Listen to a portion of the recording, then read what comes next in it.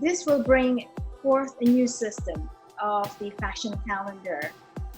And we have seen changes of this landscape. I have to say there's a massive shift in the type of students I'm seeing coming onto my Starting Your Own Fashion Label courses that I do. Nearly all of them have a purpose behind the brand, and whether that's a ethical purpose linked to labor, whether it's been a sustainable linked to kind of process, but it's complete change from what I saw kind of in my early years, where it was about, you know, being successful, fame and what have you. It's all about that. But this year, we need to closely observe the situation as it's so many uncertain variables, such as like country regulations on travel, whether there will be second wave coming, whether the buyers will be traveling or not. I think in the international scale, in the international events, I think online streaming of catwalk shows will be the new norm.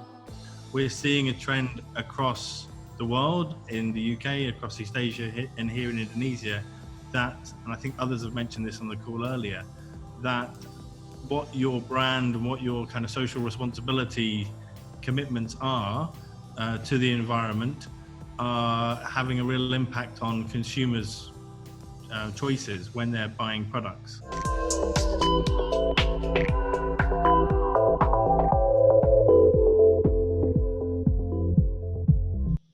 Good afternoon, fashion lovers.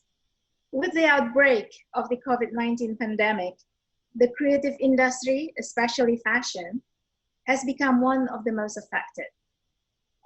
With this, I want to ask to Lydia, how is the Peggy Hartanto collection, as you are known to be marketed around the world and have made it into international stage, international market?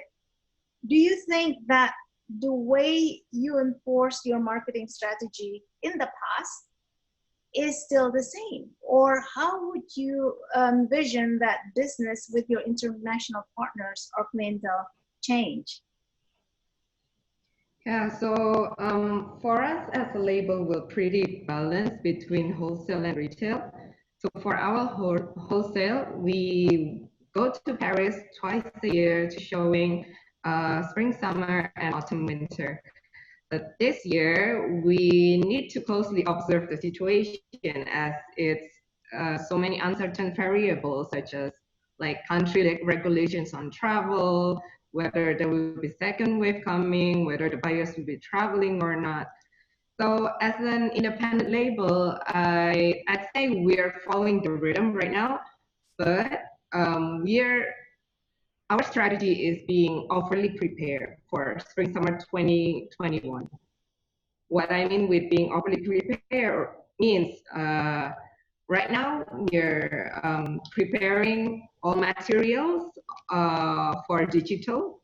Just in case we cannot see the buyer in person, we will present the digital material to them, as well as the supporting materials. Like in addition, like for our private clientele, like for the retail one, we're establishing more comprehensive experience in customer service in different platforms. So we would like to bring, so usually like if people going to the store to see our dresses, so we will, they can contact us and we will assist them personally and accurately on what they want to order. Yeah, that's maybe because of your label is considered of the more luxury ready to wear, and I guess that gives the luxury feeling of it. And well, the questions is maybe now, because we have heard from Toby and Lydia about the vision of the marketing of the fashion to the future. In this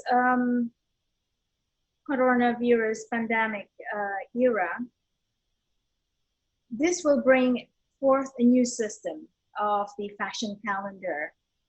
And we have seen changes of this landscape, and as Toby mentioned, and as Lydia's feeling anticipation about this fashion calendar. The next question goes to Rahmat is, how would you envision the fashion calendar on the horizon? Well, first, I agree with the forecast that with the broken schedule, I think fashion shows and seasonal trends will continue to disappear. As me myself, I think our brands ourselves will be more focused on classic items that can be worn through the year. So I think the new norm of no guest policy in fashion shows, hopefully not in Jakarta Fashion Week, because I'm hoping there is more crowd in Jakarta Fashion Week. I think in the international scale, in the international events, I think online streaming of catwalk shows will be the new norm. And itu why do we planning to make those virtual franchise, because we can adapt those solution to brings our marketing contents from A to Z to the apps or to the website system. We can give promotion, we can give videos, we can give our fashion shows in maybe in Jakarta Fashion Week, and we can also encourage our members or our resellers to sell to their inner circle. So I think the conclusion is there will be a disruption for the for the next couple of years, I think. Yeah, thank you. Yeah. All right, thank you so much, everybody, for this really conversation in fashion and the state of fashion, especially the picture of Indonesia and Indonesian label to grow and to thrive in this pandemic era. As we announced in Jakarta Fashion Week official Instagram account that we will have this conversation. So this question comes from Fahia Randi, and this is a good opportunity for Toby and Rahmat. How would you answer a question that if you are just starting to make a brand, what are things that should be considered in this era? So the question goes to Toby first. Okay, I think the most important one for me is why. I mean, it's a really simple question, but there are too many fashion designers in the world. There's too much product in the world.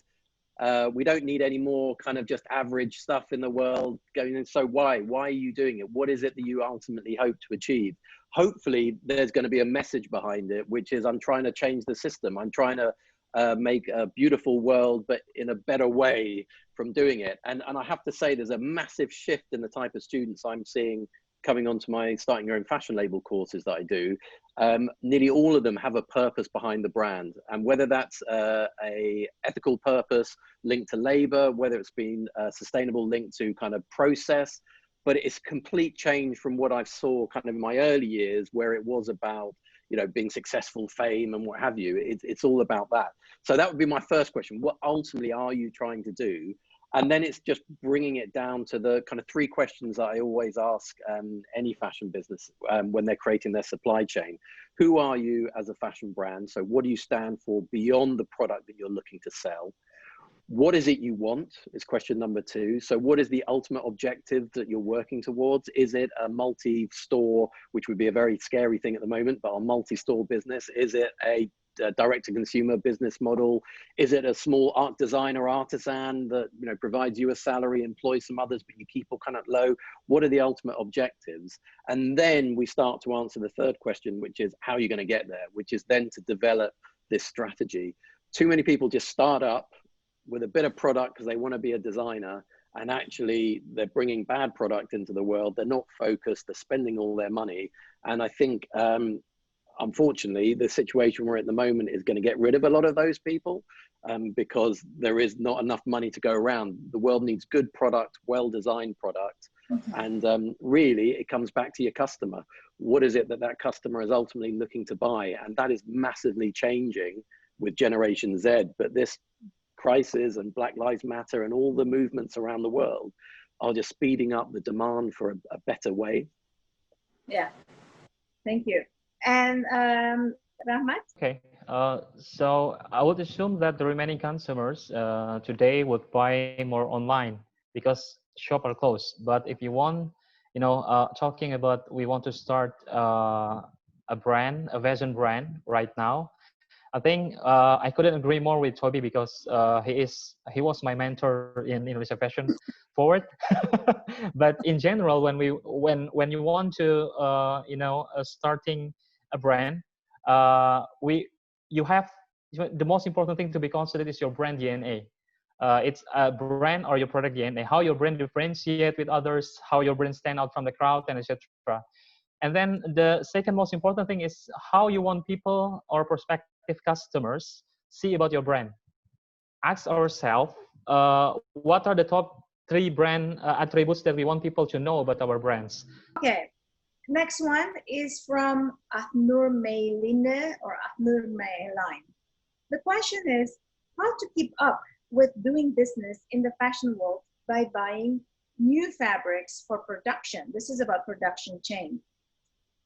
But also, on the other hand, we also have to support the fabric recycling program because fabric waste will become a problem in the future. Okay, so basically this is about production chain, about sustainability, and what it would be the answer for this. Maybe we can start with Colm as British Council and the true believer that fashion future is about really maintaining sustainability and do good to the earth. What would your answer for this? Thanks very much for that. I think, yeah, within all of our programs and in our arts and crafts programs that we run at the British Council, the types of the training sessions that we give, we are asking young creative people to think about the sustainability issue in their programs and in their small and medium enterprises that they're establishing. We're seeing a trend across the world, in the UK, across East Asia, and here in Indonesia, that, and I think others have mentioned this on the call earlier, that what your brand and what your kind of social responsibility commitments are to the environment are having a real impact on consumers' choices when they're buying products. It certainly has had a big impact on my own and friends and family. And I think it's as Toby just said, you know, when you're setting up your new fashion label or your business, you know, why are you doing this? And I think the environmental impact, the social impact of your business is going to be a key part of the success of it.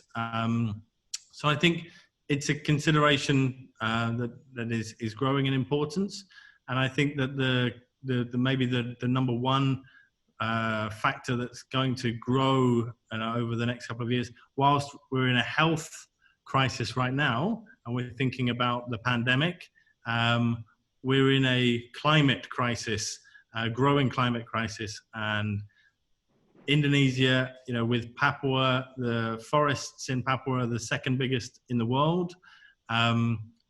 The importance of the environment and the importance of Indonesia to the climate change question is really, really fundamental.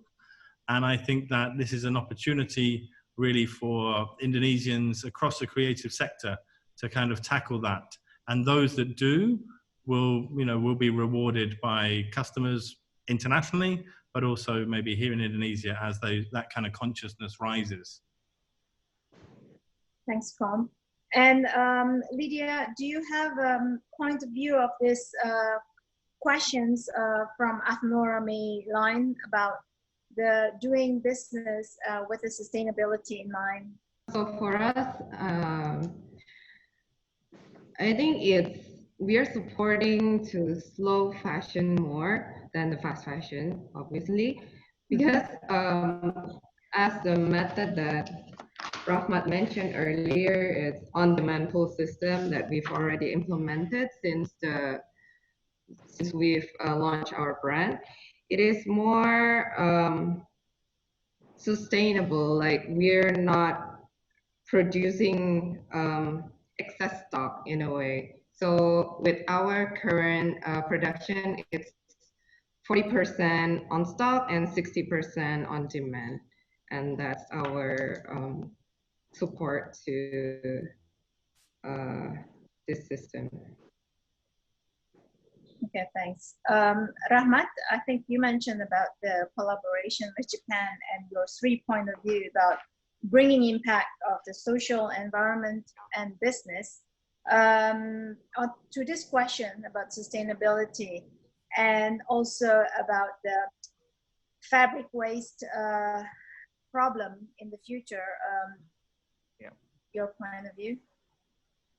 Talking about sustainability, of course, from our beginning as a brand, and then from the beginning of our collaboration with the Japanese company, we always emphasize to them that the first thing that we want to produce when we are going into this fashion industry is something that is sustainable not only to the environment but also the socials and also the business aspect of our brands.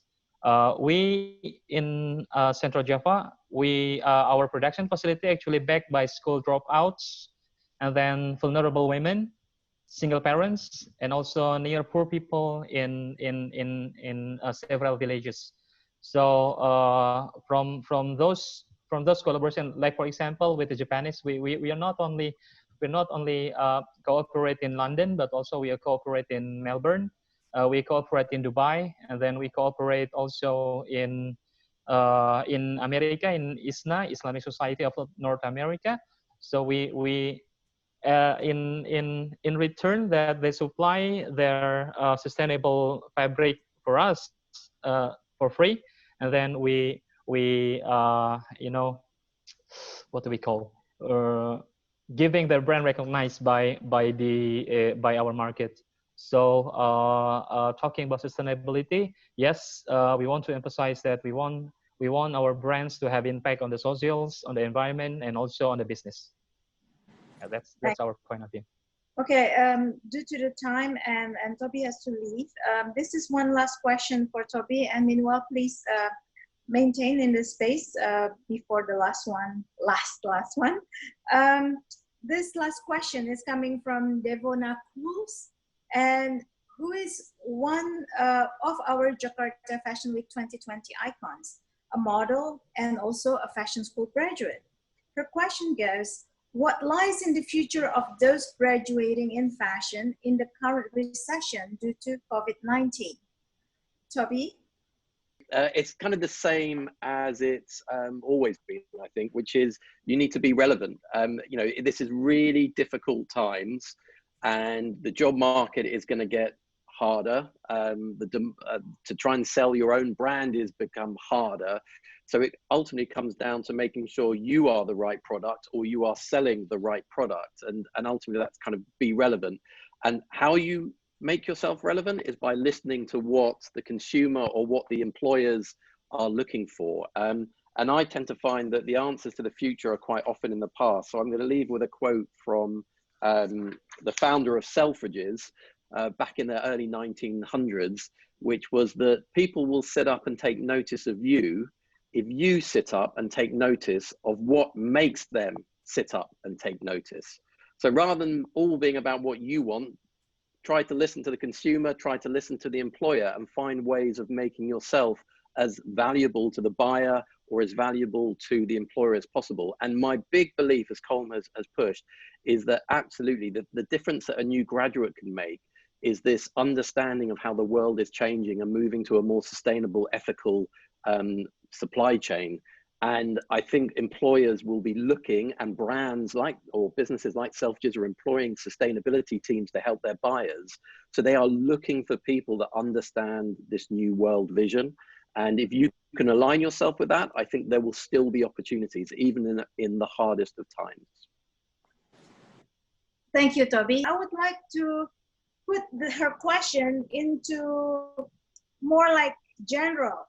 And that would like, as you are from British Council, how do you see this from art, literature, or cultural studies? Colm? There's a few bits in that I'll just pick up on that I think are relevant. And it goes back to a thing I said earlier. I think there are enormous opportunities for young creative people around the world and in Indonesia, but digital skills and English language skills are going to be key to accessing those opportunities. First of all, they're going to enable young people to get onto really good courses. Maybe these courses might be online and they will stay in Indonesia to study, or they might get a scholarship and go overseas and do a fantastic degree course in the right subject. And then having those kind of intercultural skills, English language skills, digital skills, whether you're an independent designer who wants to sell things on a platform like Etsy and make some extra money, you're going to be much more successful. Or if you're going to join a bigger successful firm, you're going to have the skills that that firm is going to be looking for, that you can help take them to an international market. So I think right now, an awareness of what we were previously talking about your own vision, your own kind of thinking about sustainability, thinking about social responsibility, but you need the skills as well to be successful in these times. And if you just more broadly, I think the wider question was around the lasting impacts of COVID-19, and what those lasting impacts might be on the digital sector across the creative industries. I think like one thing that we've looked at in schools and universities is we know that whilst everybody's at home right now, that's not what we want actually for the future. People want to go back to university. They want to go back to school. So they'll do that safely when it's possible.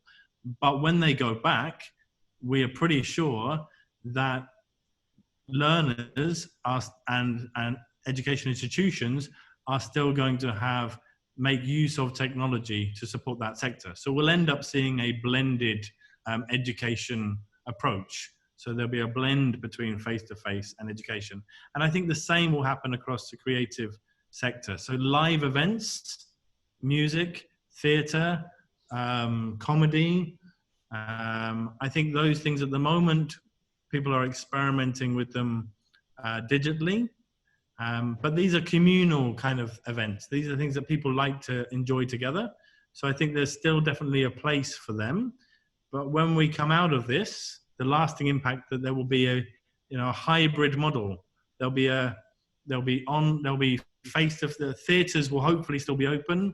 We'll still go to see music concerts, but we'll also be enjoying them online, and in some cases paying for them online. Yeah.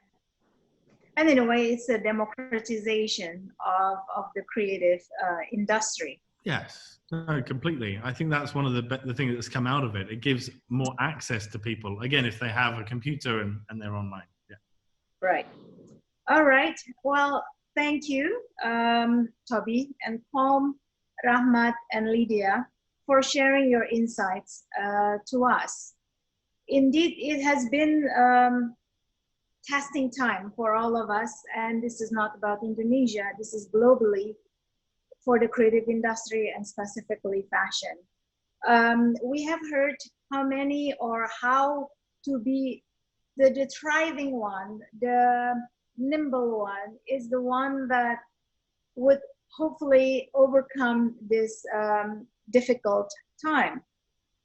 And if you want to know more insights from British Council and Toby Meadows, please visit britishcouncil.id and tobymeadows.com. Also get to know more about Edu at restuanggraini.com and Peggy Hartanto at peggyhartanto.com. Of course, if you want to know about Jakarta Fashion Week, there are our website, there is a social media, and there is also app. So stay safe and see you on our 4 p.m. with GCM Group episodes. Thanks.